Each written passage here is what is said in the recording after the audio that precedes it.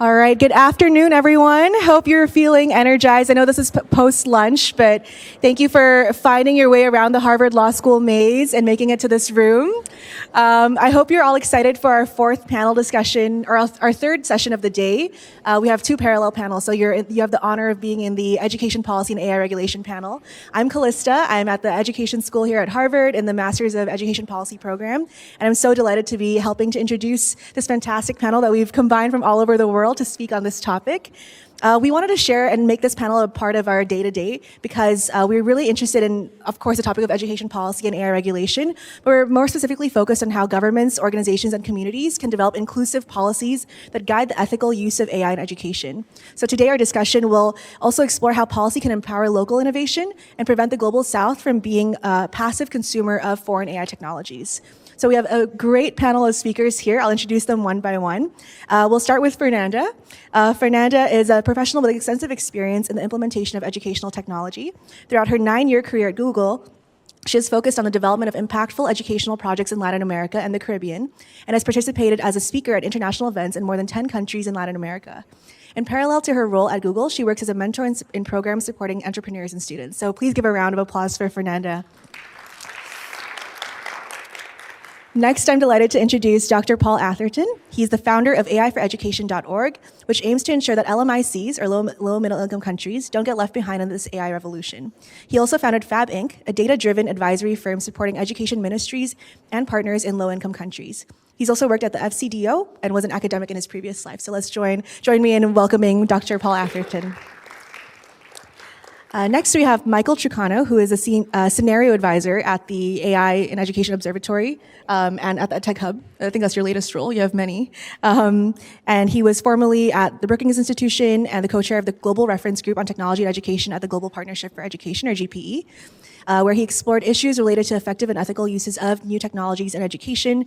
Mike is currently on leave from the World Bank, where he worked for 25 years, including serving as the institution's global lead for technology and innovation in education for 8 years. So please join me in welcoming Michael. And last but not least, we have Dr. Fernando Reimers, who is my very own advisor here at the Ed School. Dr. Fernando Reimers is the professor of practice of international education at the Harvard Graduate School of Education. He's the Ford Foundation professor of practice, and he is also the director of the Global Education and Innovation Initiative at the Harvard University. And he's an elected member of the U.S. National Academy of Education and of the International Academy of Education. So please join me in welcoming Dr. Fernando Reimers. We'll be spending the next 40 minutes in a panel discussion where our panelists here will be discussing this topic in more detail, and after that we'll have 20 minutes of Q&A. And as usual, you can find the Slido link for the Q&A through that QR code on the screen, and we'll have 20 minutes to discuss any questions from all of you, which we're eager to hear from at the end of the panel. With that, I'll hand it over to Fernando. Callista, thank you so very much, and welcome you all. Let me begin by highlighting what I think is one of the meta lessons of this conference. And that lesson is how important it is to let students drive education. This is a conference completely organized, from the idea that they should have something like this, to the structure of it, to the decision of which guests, by some of our outstanding students whom you have met, like Callista, like Maria, like Zainab, like several of them. So please give them a round of applause. And let's remember that question, that great things can happen, that if one of our goals with education is to make sure that it is relevant to what students want to learn, we should let them decide what that is. And that's going to be a segue into what I hope is going to be our discussion today. And we very much hope this is going to be a discussion rather than a series of disconnected presentations. And so it'll be totally fine to disagree, to argue with one another. There's a lot of learning that comes from that. And so let me begin with a question that will give each of our panelists an opportunity to share some framing comments so that we can dive in and exchange. And the question is the following. In the presentations this morning, a theme running through was that AI in education worked best when it began with a clear vision, educational vision, of what educational goals are we trying to achieve? And then we think about AI as an instrument in service of those goals. And so we're going to be talking in this panel about the role of policy as an enabler, or maybe as an obstacle, to using AI in a way that is in service of worthwhile educational visions. And I'm going to ask each of our speakers to maybe share an example of two, based on their experiences, of cases where they have seen AI used well, education policy for AI reflect a worthwhile vision, and maybe some negative examples. What do you think has worked or not? And then we're going to begin with Fernanda. Thank you so much. I'm going to be sharing some examples from Latin America, specifically from Chile, from Uruguay, and from the state of Paraná in Brazil. So we have seen that many of them have some commonalities, and I'm going to share you some best practices we have found.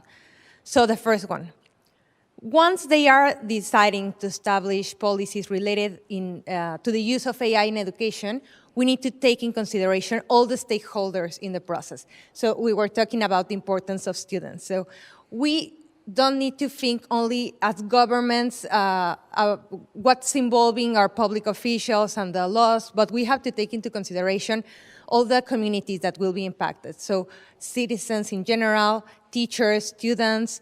So for example, in Chile, they decided to have a group of 300 experts in AI in different areas, a lot of them focus in education, both from the technical side, but also from the pedagogical side.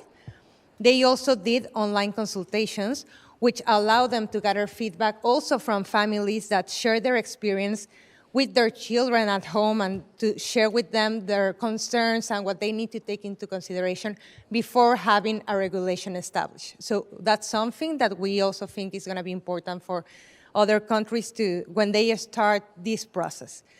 The second one is having collaboration between the private and the public sector, and also the academia.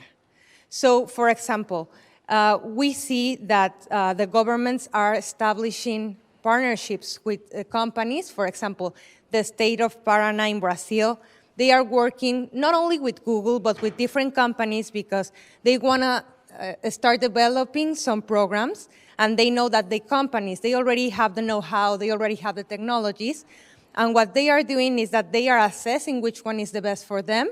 They are also working with universities.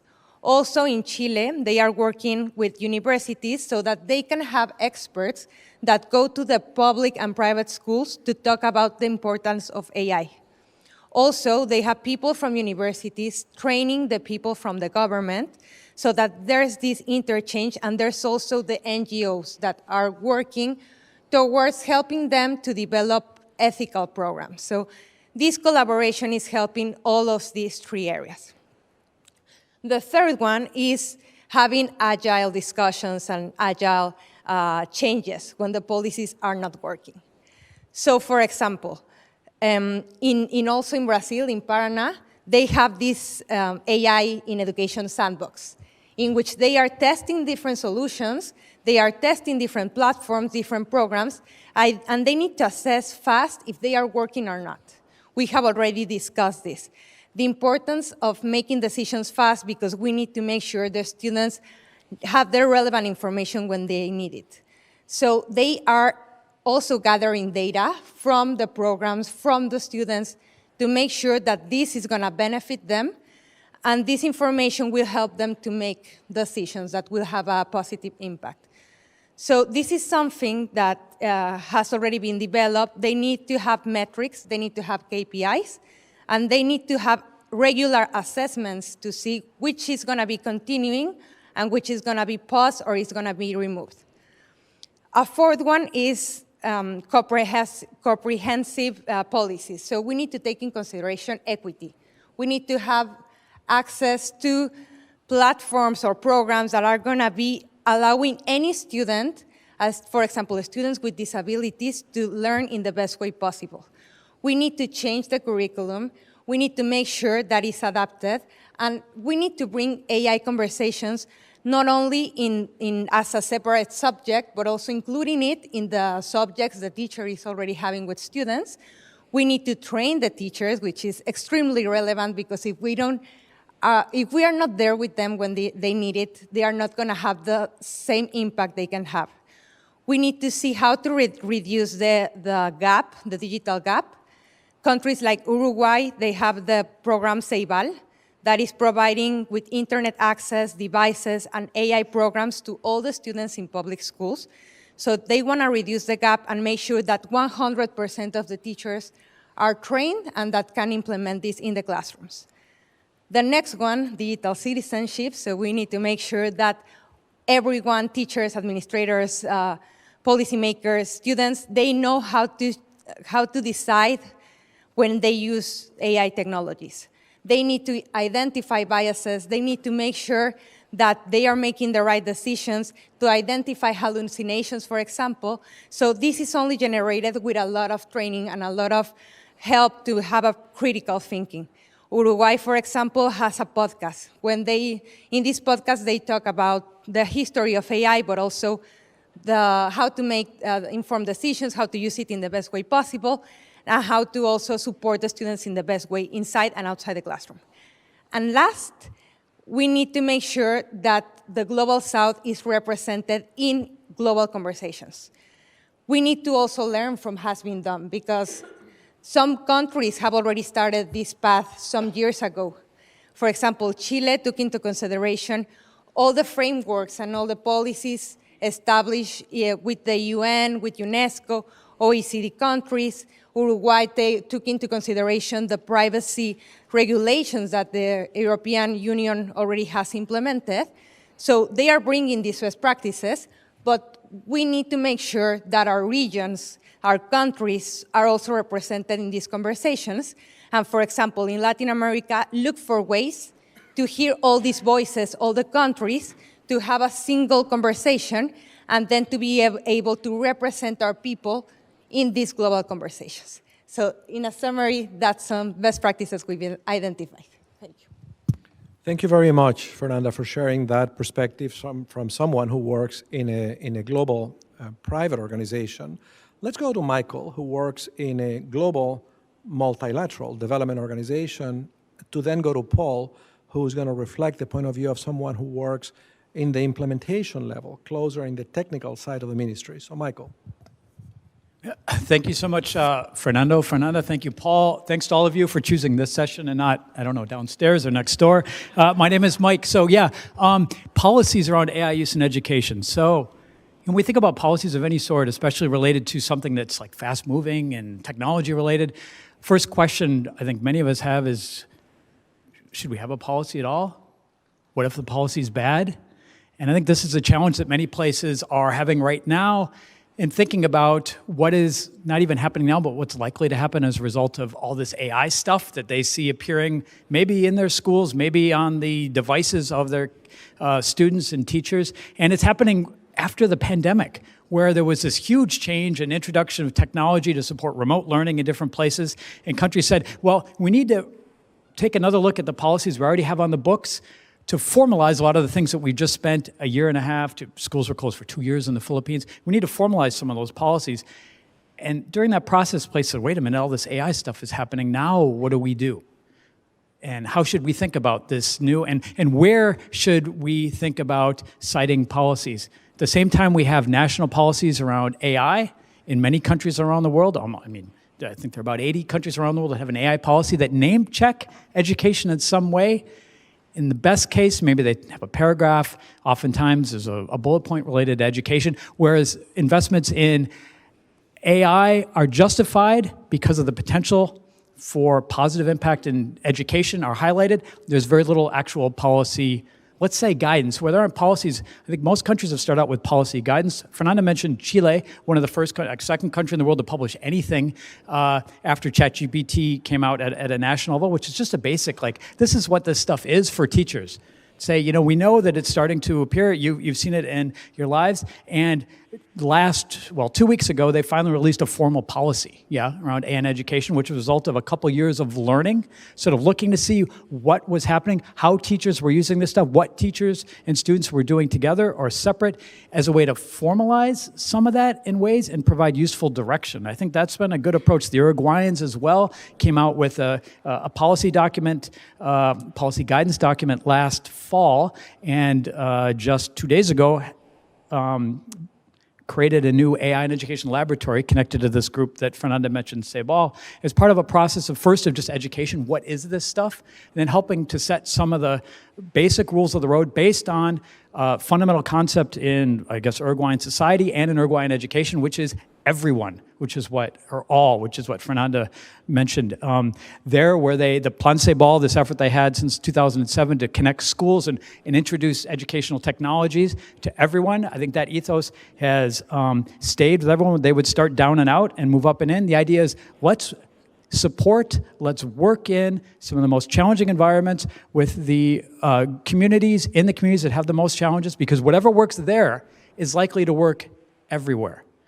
And if we work there first, we know that our attention is on this place. It's much easier to scale things up and in. And so I think their approach to AI use is consistent with that. And I think that's also a good approach. There are, from the US, there are 27, I think as of yesterday, state-level educational technology and AI policy guidance documents that are out there that I think mirror what we see in many other places around the world. Like, what is this stuff? First off, how is it relevant to existing policies that we have? You can have bad policies, you can have no policies, you can have a specific policy, or you can say, what policies do we already have, and how are they changed, or how do they need to be reinterpreted as a result of this stuff that's happening? And that's another approach to think. And so mainly in the US, there's been general guidance, and they say, how should we understand and think about the existing policy guidance that we have, given this, as we think about specific policy guidance as well, which I think is another useful way to think about what's practical and useful. In a number of, Fernando also mentioned, some partnerships with between the public sector and the private sector. We see, Australia was one of the first, Estonia is another one, where we see policy guidance or policies put out to enable the type of collaboration between government, schools, and the private sector that we saw, especially at scale during the pandemic, which was new in many cases, and which happened in ways that were maybe awkward for the public sector because there wasn't guidance, at least in education, as a way to formalize some of these partnerships in ways that they are useful based on what they learned during the pandemic. So I think that's another approach also to think that's just practical and useful when we think about policy guidance in this area. And there are a whole set of specific things that I can mention about narrow areas of interest. The last thing I'll mention is we're in the law school here. 15 years ago, the Berkman Center, which used to be based here at the law school, now I think is a university-wide program, did some of the first work looking at child digital safety issues around the world. And thinking about now, I think a number of countries at least pay lip service to, what is safe and equitable and use of AI, what does that mean? And in most cases, in some OECD countries, they can look at existing policies around child digital safety. In most of the rest of the world, there are no policies at all. So operating in that policy vacuum, what does it mean? I think this is going to challenge us, all of us. We heard this morning a number of people talk about safety and bias. I don't think we have a good understanding of what we mean by bias and how to process what we mean by bias related to AI use, but we're going to have to figure it out pretty quickly, because it's going to become real. It's real on the devices of many students and teachers, and it's going to be real in our education systems pretty soon. Cool. Paul, share your thoughts with us. Yeah, of course. Yeah, it's always difficult to follow Mike, basically. I think a lot of what I was thinking has been covered. I think my starting point is I never see having a policy a success, and quite often certainly in the international development sphere, you see, we've got a policy on X, Y, and Z, and it joins the rafts of others which sit on the shelves gathering dust. That said, I think there's some really important questions in the context of AI and implementation of ethical AI in a secure environment, which are really important for governments to grapple with. So you touched on one, which is data protection, data privacy. This is very, very important, and we're increasingly seeing in sub-Saharan Africa. They might not have a policy, but they've got a law. And the law might be at odds with the policy, because in a lot of data protection laws, a child is under 18 and export of that data is illegal. So anybody that's using GPT servers outside of the country technically exporting data, that is a big barrier to innovation, basically. So we're talking about policies in one space, and in the other space is a disconnected legal conversation going on, which people are not joining up to. The other two things I'll say, and one is a really good point, which was made earlier. One is on contextualization. And people say to me, these tools are amazing, but they don't speak to our children. This is not made for Malawi. It's not made for Sierra Leone. And the question then is, well, how are we going to judge when it is? And in the kind of pre-digital world, we had curricular review boards. We had all these other steps for people to take to do it. But now you can create words so quickly. I think Sam Altman said last year 100 billion words are produced per day. How do governments know if those words are aligned with their education content and aspirations? And I think for me that's a big question, how we do that at scale, which leads into some of the other work we're thinking about in terms of benchmarking and quality assurance and such. So just to conclude that part, I think there's a lot of thought that needs to be done on policies, but a policy within itself is not success. It's a communication of a vision from a policymaker who may change in a few years. One thing which does excite me, though, and this is something we are talking about internally and practicing in Sierra Leone, is the potential for AI as a communication medium to make sure that the policies actually get sensitized, get reached down into the schools. So one example of this is in active development for the school quality assurance officers. We've got all the Sierra Leone policies. Radical inclusion was a huge thing for the former Minister Senge. And now the teachers and the quality assurance officers can actually interact with it in natural language, which is huge. So to me, there's a big question, not just on AI policies, but how can AI help policymakers in the formulation, but also the dissemination of these models in a natural language scalable medium? Because the historical kind of approach of running sensitization workshops at 40 grand a piece is just not gonna work. So I'd also like people to think about the opportunities for dissemination of policies as well, not just the creation, if that makes sense. Just, Fernando, you asked about bad policies. So I'll contradict myself here. There were two policies that came out right at the start, yeah? New York City banned the use of ChatGPT. Italy banned the use of ChatGPT across the entire education system. And what did that mean? Well, it's something new. We don't know what to do with it. Effectively, what it did is it banned the use by poor kids, right?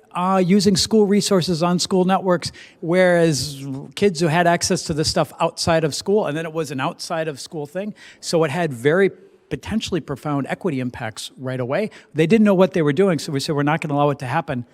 Actually, what they were saying is, we don't know what to do, so we're not going to allow it to happen except for the rich kids. Ask a follow-up question to all of you. So to some extent, it's understandable that given the novelty of AI in education, a first layer of concern with policy is, what do we do with this thing? Do we allow it in the classrooms? Do we not allow it? But let me pick on a topic that Paul introduced, which is, well, what's the coherence of that AI policy, with a larger legal framework in the country, but I would add to the larger educational policy framework in the country. The countries have teacher shortages. They have kids who don't learn how to read. They have priorities to teach STEM. And we might think that a second layer of AI policy is about finding a coherent integration between that policy in service of the larger framework of priorities of the government, and also in service of problems that people think they have. When you look at studies of education reforms around the world, there are of two kinds. There are the reforms that try to solve problems that people believe they had, and they are of the sort that solve the problems that the reformers thought that people had. And the first type of reform tends to be a lot more successful. They stick better. And so how do we make sure that AI policy is coherent with the entire education policy bundle and with problems that people really have?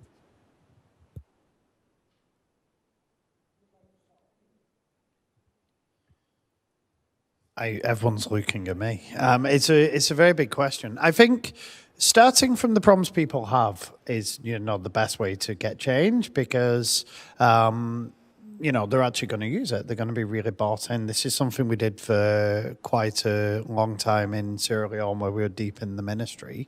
One example there was the policy on school catchment planning, which ended up being very data-driven. That came out of two things. One, a strong government commitment to expand access. Two, a financial situation where they just couldn't afford to build a school for every community within X kilometres, and to be quite honest, didn't have the population density. So there was opportunities to use not advanced AI, but like predictive analytics for where children are and how you do those kind of things to do a transparent, data-driven policy on school planning. And that went really, really well and been integrated into the kind of national dialogue. And, some of this is literally being able to say to people, this is why we're building here to defend against that. So I think that's a really good example of where the government actually found what was being offered useful. With a lot of EdTech and AI, some of it is being built because people can, like it's quite easy to build a wrapper around GPT. And I think there is sometimes a disconnect between what the market will deliver in terms of, say, examination support apps, like kids want to pass exams, parents want to pass exams, and the more kind of pedagogically driven kind of applications, which might not have a short-term boost on, that specific exam, but will drive long-term learning transformation as well. And I think it is a case of us being very careful and saying, well, actually, whereas, the development community do we want to support? Like if the market's going to solve, let's leave it.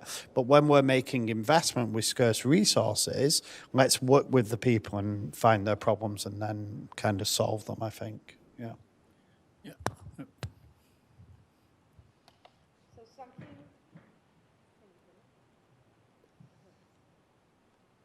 So something else is not only considering, in the case of education, policy focus only in education. There are countries that are having interministerial areas or departments that are working with the different ministries to make sure that what is being done, for example, for health is also relevant for security, for education, for communications, so that everything is aligned. Also, some countries are deciding whether to have these policies and frameworks inside the existing education policies they already had in place before that conversations in AI, or if they should have a brand new policy only focused on AI. So in the first example, many of them are finding that it's more coherent what they have been planned before with what's coming. So they are trying to bring these regulations into existing plans and activities. So this is something that has also to be assessed. And in terms of all the finance side, they also need to make sure to invest the right amount. For example, having a percentage of the GDP for education focus in this type of initiatives, because many countries want to bring AI, but they are not funding programs or they are not funding areas within the Ministry of Education to make sure that they are having a real impact and they don't have the same power that they may have if they have funding resource for these specific activities. Thanks. So riffing off what Fernanda just said and getting back to Fernando's prompt, I guess, at the start here, a couple of my tokens related to teachers' tools and coherence. I'll go with coherence. Fernanda said, there are many countries doing that, looking at having some sort of policy coherence across ministries or from central places. There are many, but most are not. And those most are across the quote term I don't necessarily like, but the global south, so the theme here. And where that isn't happening, it's typically a ministry, it's either the ICT, IT ministry, or from the president's, prime minister's office, who are creating an AI policy that is meant to filter down and through the other ministries. And even if the education ministry is given lip service, they're not involved in the discussion. So a good practice would, of course, be to do exactly what Fernanda said. This is coherent with, a number of years ago I did, if you want to really torture yourself, I did probably the biggest review of EdTech policies in the world, read 800 of these policies around the world. This is absolutely consistent with what's happened in the EdTech space generally over time. You have policy guidance from the ICT ministry, IT ministry, or even the Telecom Authority, a national development policy related technology. You have an education policy, maybe an ICT in education or EdTech policy, and these things may cohere, but usually they don't. And that's potentially problematic. Or maybe if you're an opportunistic minister, then you pick and choose from them which one you want. The second is around tools. One challenge in this space where we don't have policies, it may be good we don't have policies yet, we have some policy guidance, we're committed to track what's happening, but as a practical matter, what's built into the tools, if it's widespread enough and used enough, may end up having to be ratified because it's a de facto sort of rules of the road anyway. And we've seen this in the EdTech space for a long time. I did work in Brazil a number of years ago where there wasn't policy guidance in a number of places, and with some big procurements that took place from some of the big vendors, they basically had to go in ex post and say, okay, this is our policy because this is what the tools enable, which meant this is what people are actually doing. And I think that is what it is. It's potentially problematic in all sorts of ways. It's also practical, but it is what it is. And the last is around teachers. Yeah, we see in some documents, and there, as far as I know, or I've been involved in, 4 sort of policy, AI and education policy development dialogues to create an AI and education policy in sub-Saharan Africa that have highlighted the potential role of AI to support teachers or to be useful in places where there aren't teachers or where teachers are poorly supported. I think all of us probably believe, and certainly we heard it this morning, and we certainly want to believe in the centrality of teachers in the teaching and learning process. When there are places where there aren't teachers, what do? People will say, well, if we have chatbots, if we have AI to do something there, that's better than nothing. Okay, fair enough. Better than nothing is usually a good thing. But what does that mean as far as the political imperative for government, for ministries, for the Ministry of Finance, for policies to address teacher shortage? If you have something that's better than nothing, I think there's a potential challenge or worry. They'd say, okay, some of these groups or communities, we are addressing some of their needs with the technology, while at the same time we're addressing the needs of more privileged communities, like where our kids go to school in the ministry with technology and teachers. And this, to me, this is a worry that I have. It may be too far looking out on the forward that, for certain communities, I worry that the original digital divide is rich kids have the tech, poor kids don't. Second digital divide was between the people who had the skills to use the tech and those who didn't. And the next digital divide, people say it's, well, those who have AI and those who don't. My worry is that it's between the poor kids who just get tech in places where they can't afford to get teachers in, and that's enough, and the rich kids get the AI and the teachers. And let's hope that won't be the case, but it is a potential scenario, I think, that's real, especially in places where we're looking at rolling out technology in some regard to places where, because of lack of funds, lack of political will, we aren't able to support teachers at all or in a timely way, or pay them yearly, every 6 months. No, we got 5-minute warning. Try to get some sparks in our last 5 minutes then. Let me suggest, I'm going to try to be provocative, that our focus on AI is actually displacing priorities from the point of view of improving educational opportunities for the poorest children in the global south, which is where 9 out of 10 children live. In a way, AI is an extremely powerful technology. I compare it to an MRI. An MRI is a wonderful device if you've seen it functioning, but it belongs in a hospital, in a very good hospital. It doesn't belong in a primary healthcare unit. And most of the children in the global south, many of them, are in places that don't even have a primary healthcare unit. So why concentrate on how to use AI in a context where kids don't have paper to write with? They don't have pens. The basic conditions are so terrible that they don't learn the basics. And they don't learn the basics not because the teachers don't know, but because teacher appointments are sold, because the people who are appointed to positions, technical positions, are completely unqualified to do that work, so the curriculum make no sense. So in a context like that, where there isn't basic primary health care, why concentrate in high-end technologies in hopes that they can solve that, as opposed to staying focused on understanding that there should be an orderly process of first make sure the basics are in place and then figure out what uses you have for the MRI. I think Fernando wanted to go first. So we, for example, as Google, as a private company, we understand those concerns, and in Latin America, you can see a lot of challenges in terms of public schools or situation. But something we have identified is right now, our teacher has to deal with a group of a lot of students. In the morning, they even mentioned a classroom with 100 students. So in Latin America, we may have 30 or 40 students per classroom. And mainly in public schools, this number is larger. So they have a lot of students, and right now the educator is struggling with personalized learning. So they want to go with the student, be there when they need it, to reduce dropout, to reduce desertion, and make sure that their student is going with the rest of the group. So this is more difficult in public education. So here is when AI can support, so we can help the student to have a more customized and personalized experience. So that's something that we can help the teacher to get there eventually with a lot of training, because if we don't train them, or if we just train the ones in cities or the ones that have connectivity, it's not going to be enough. We need to make sure that we are covering mainly the ones that are in underserved population or areas where they usually don't get these programs, or they usually don't get to see anyone coming to train them. So we need to prioritize those groups. The other one is to, also we have spoken about teachers. We don't have enough teachers, and we won't have in the following years.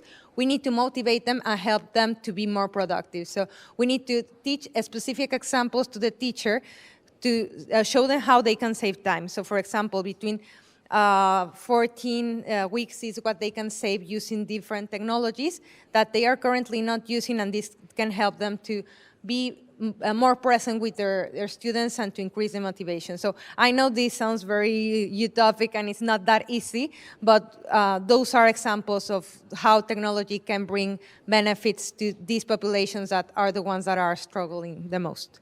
Cool. Yeah, so in terms of being provocative, if I may, I don't have any slides, but we've got a very good one which basically just showcases access to technology, level of foundational literacy and numeracy, and the qualification skill level of teachers. And if we actually focus on the vast majority of children in the global south, they are pre-literate, the teachers are untrained, unqualified, and they don't have access to anything other than a dumb phone. So to me, the excitement about AI is we can actually still reach these people. And I think that there is a big conversation to be had within the realistic delivery methodologies. How far can we go with WhatsApp, with dumb phones, with untrained, unqualified teachers? Where I see a bit of a distraction and where I probably wouldn't put as much focus is if, say, your key decision makers are all taken away to, say, a very nice European capital, may or may not be in France, for 3 weeks, reimagining AI, and all your senior policy people are there. That to me is a distraction, and too often I see, this new wave of discussions which involves very nice trips, but it takes people out of the classroom and it takes people away from the core mission, which is actually delivering classroom-led improvements and improvements in teaching and learning. So I think my fear is that we're going to spend too much time on the latter and the high-level dialogues and discussions, and not enough time on the former, which is saying, you know what, we can get GPT 4.5 or Gemini or Anthropic or DeepSeek into the hands of people in the poorest communities in the world for like 50 cents a day, right? Super cheap. That knowledge is unbelievable. What can we do with that? That's very different to another policy discussion. No, not to disparage policies. And so I'll volley a couple things back at you, Fernando. And I agree that, so should the focus be on, of course not on AI. Yet, can we use the energy around related discussions to do something where, in the EdTech space, one of at least the hopes has been that excitement around it it can be a bit of a Trojan horse to catalyze other types of funds to do things that you want to do already in education, from the narrow perspective of a Ministry of Education, to catalyze extra budgetary support from other places. You know, I don't know if Tony's in here, who spoke this morning. I don't see him. But, you know, in Kenya, when they had a big program, whatever you thought of it, for better or for worse, to provide devices to kids, they had a really epic misprocurement, and so they had to do it again. And in between, what they did is somebody had the bright idea to say, let's go out and look at the enabling environment in schools and see what the letter of electrification was. And then the fact that there wasn't enough power to be able to do the kind of things that the tech was going to do, it gave a justification to provide a huge increase in electrification of schools. So to do something that they already wanted to do, but they couldn't do it. So that, I would also, you know, is AI high end? What about it can be low end? I mean, at one point, you know, mobile phones, that was the like rich executive on the 18th hole of the golf course, yeah? And who would have thought it would be this fundamental technology in poor communities around the world that would spread with populations and communities that it wasn't initially designed for, because it met a need that maybe wasn't the need in other places. And as Paul said, you know, how can we reach to places that we just can't reach now? I think one of the things were happening, I was reading this morning a rundown of all the current and expected cuts in aid from European countries. We know cuts in the US. We have a sense of what they're going to be. And we're going to see massive decreases in donor support in education, and countries around the world consolidating on what's really important. And in those environments, might AI even be more important in some way to make up for a lack of funding in other ways? I don't know, maybe. But I think we're going to see a lot of groups, a lot of countries try to find out. Well, thank you very much for a set of opening comments. We're now going to turn it over to you, to your questions. I believe you all have access to the platform where you can write a question and you can vote on a question so that we focus on the questions that have greater interest. Let me begin with the first one. Have you seen any particularly innovative policy approaches to AI education? I think we addressed that in your opening comments. Anyone wants to add anything? I think we've covered that. Let's move on. Let me see. What rules should there be for the proper use of AI for students to ensure effective learning? And how can we keep teachers updated? Anyone wants to take that question? I'm happy to just kickstart. So, I mean, I very much oscillate, right, between being very paternalistic and a real libertarian. And part of me is like, do we need rules, or should we just try and see if we can shape the market and the way it's evolving to evolve in the way we want it to? And one of the things I'm seeing is certainly the big organizations and the tech firms, they want to work in education. So they're investing time in thinking what good quality education and pedagogy looks like. And this could be some of the tools which Dina's colleagues are coming out with. Google are taking it a bit further with LearnLM, which is optimized for pedagogical practice and all of these kind of things as well. So to me, I'm already seeing that the products are evolving into this space anyway. I think there might be something, just a point I raised earlier, the high level between the credentialism part of education and the kind of paternalist high-level learning, and we might need to nudge it further for like some best practice in terms of, say, structured pedagogy in sub-Saharan Africa. In terms of keeping the teacher in the loop, for one of the things, if you are doing digital, AI or not, that does felicitate that information to be shared with the teacher quicker in a way which they can then use and analyze. And this can be particularly valuable in large class sizes where if you've got 80 children, even marking the scripts is very difficult. So very exciting innovations there in terms of voice AI for foundational literacy and numeracy, and smart paper in India, just taking pictures, scaling that. So to me, there's a big way that the teacher can be even more involved because of the digitalization, not the AI part, I should say. Yeah. Thank you. Let me look at another interesting question. As a matter of sequencing, what should come first?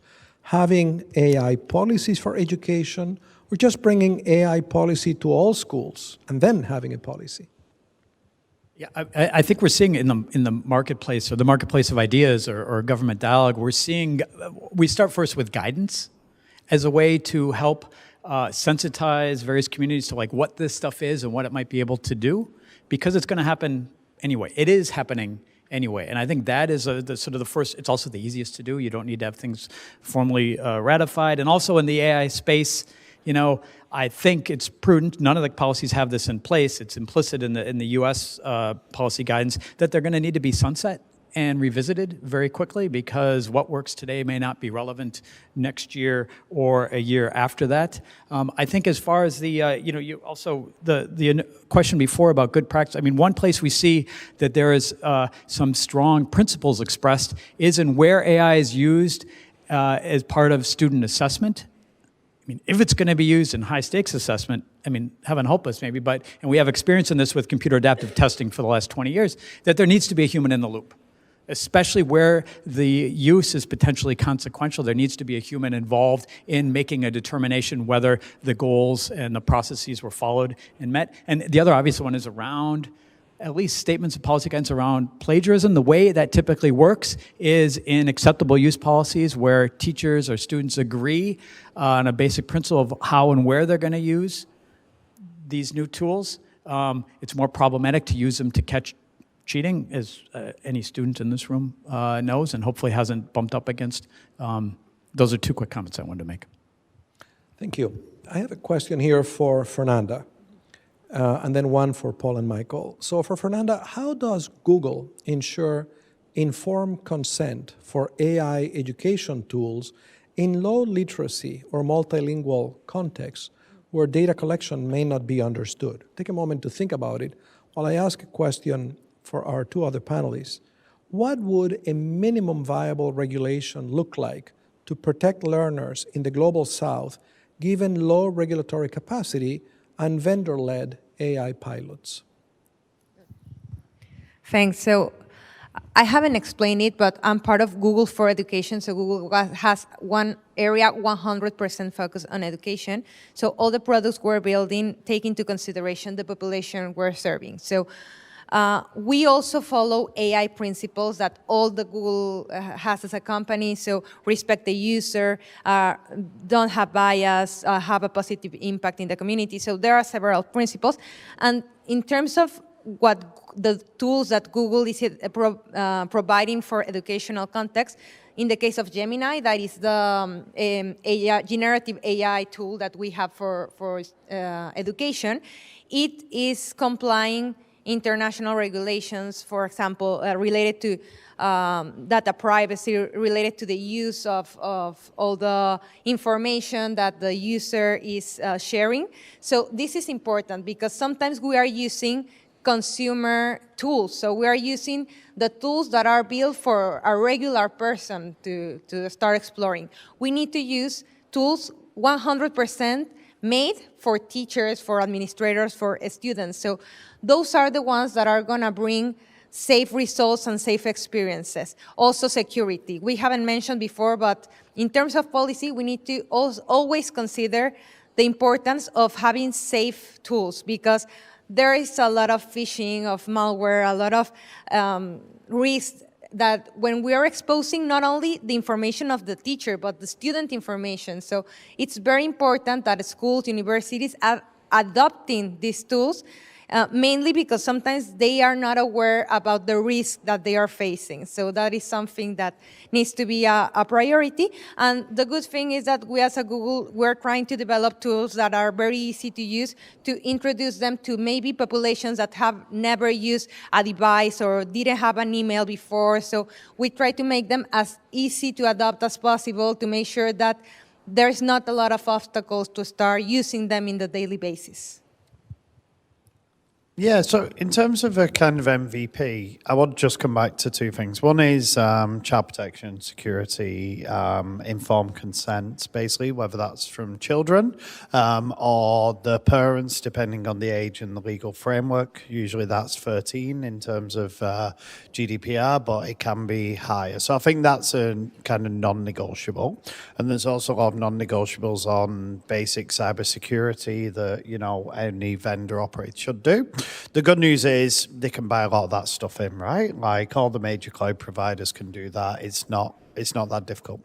The second one, which I think is a bit more of an open conversation, is about curricular standards and content. And some of the things we're doing in the initiative is saying, well, if we're saying that these models don't represent sub-Saharan Africa or local communities, how do we get the training data curated within those? I think this works two ways, right? You can't, as a government, say, we want to only allow tools which match our content and our curricular standards, and then not make those curricular standards open and transparent. So I think that we should have a way of basically saying, look, here are the standards, here's our curricula, here's our content, here's our scope and sequence, here's the way we're going to judge if you meet it, and off you go, and that's fine. This also links into the kind of open educational content, and we've not even touched on the issues of copyright and fair use doctrine today, but I think this is going to be a very important discussion as we try to move away from AI models dominated by the common crawl internet, basically, which is very Western dominated, to a more representative global view of it. We do need to make sure that we have the right balance between attribution and, fair rewards to content holders, while at the same time saying if we basically close the barrier and say, no, we as government own the IP, you can't have it, then it's never going to be in there as well. So I think those two things are the kind of MVP for me. One is data security, child protection, and the other is basically the rules of the game in terms of what content is allowed. Thanks, Paul. So minimally viable regulation or policy, is a big challenge. I think it's too early maybe to regulate, except where we think about we already have all sorts of regulations and rules, and how do they apply to this new world or these new use cases or these tools? I think that's certainly a place to start. Start with what you already have. As Fernando mentioned, most AI tools used in education aren't AI and education tools. They're general purpose tools, which puts attention on their use already. And to what extent is there government leverage over the makers of these big tools that are multi-use? I would think that over Google and everybody, it's pretty minimal. And that is what it is. I think that on child data protection and safety and security, I would co-sign all that. What do you do in an environment where those rules don't exist? Which is in many cases. And to what extent do you look at use of AI in a different way than you look at use of technology in general or the use of things in books? This is a challenge I think many education systems are struggling with. Is there a difference? Is there not, just at a practical level? I think also one thing that, one practical thing that countries are doing is saying to some of the big vendors, can you publish, one level. Second, can you agree to a set of common principles related to these tools? Can you say that you are going to follow these? That's something that a low-resource ministry can at least ask for and at least help set a framework for what comes next, whether or not those are followed. But there are fundamental challenges on that from the vendor side, to be crude about it, from, for example, tools developed in the US, AI tools, and tools developed in China. And there are fundamentally different perspectives on things related to privacy and safety and whose privacy and whose safety and individual and community that are being built into these tools now that I think education ministries are going to be bumping up against. And what Paul said about curricular standards and curriculum, the big problem here is you have curricular standards, that's where you can do things. The content itself, you have no idea what it is because it's just generated on the fly and it's different every time. And there's no way a ministry can vet that content on the fly. It simply doesn't. So how do you try to, not compel, but at least hopefully compel, but get agreement around coherence with curricular standards when you don't know what the output will be? And that is, we saw that, when the internet happened and people could go to Google and teachers could have access to more than just their textbooks, and all of a sudden there was all this content. We're seeing that happen just on steroids now with all the AI slop, where education ministries, teachers, students are just, if not overwhelmed yet, but pretty soon just overwhelmed by unbelievable amounts of quote-unquote educational content appearing on the devices. And what do you do about that? Right. Yeah, just to follow up quickly.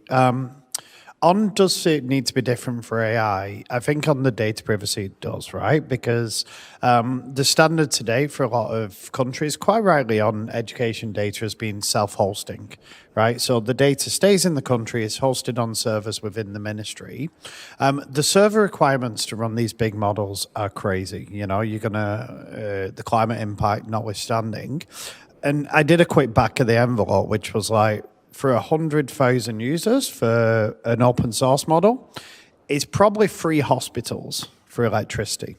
So for a government to come out and say, we want sovereign AI, we need to use just national servers, they're basically saying for 100,000 users, say the teachers in Sierra Leone, that's 3 hospitals. That is a very difficult trade-off and policy balancing to have.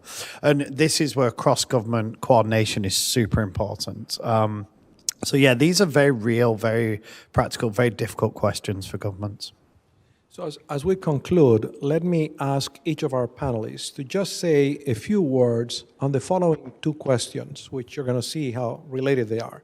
The first question is, AIs like ChatGPT are already in the public domain. So given that, shouldn't the real question for education policy be how to prevent the equity divides in learning how to use those tools rather than try to regulate those tools? And the second question, broader, is when should a society regulate AI? Who should be regulated? Is it schools, districts, suppliers, all citizens? And who should make those rules? The local, the national community, or the international community? So if you could each say just a few words about those 2 questions, we'll conclude on that note.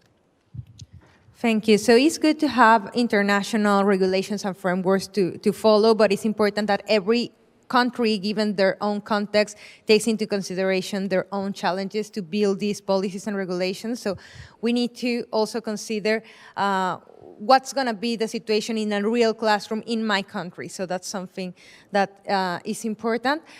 I already mentioned, but the conversation between different stakeholders, public, private sector, universities, is going to bring a lot of rich conversations and a lot of debate. So it's important to have these spaces and these type of events to make sure that we are hearing all the relevant voices. We also need to bring experts and also develop experts.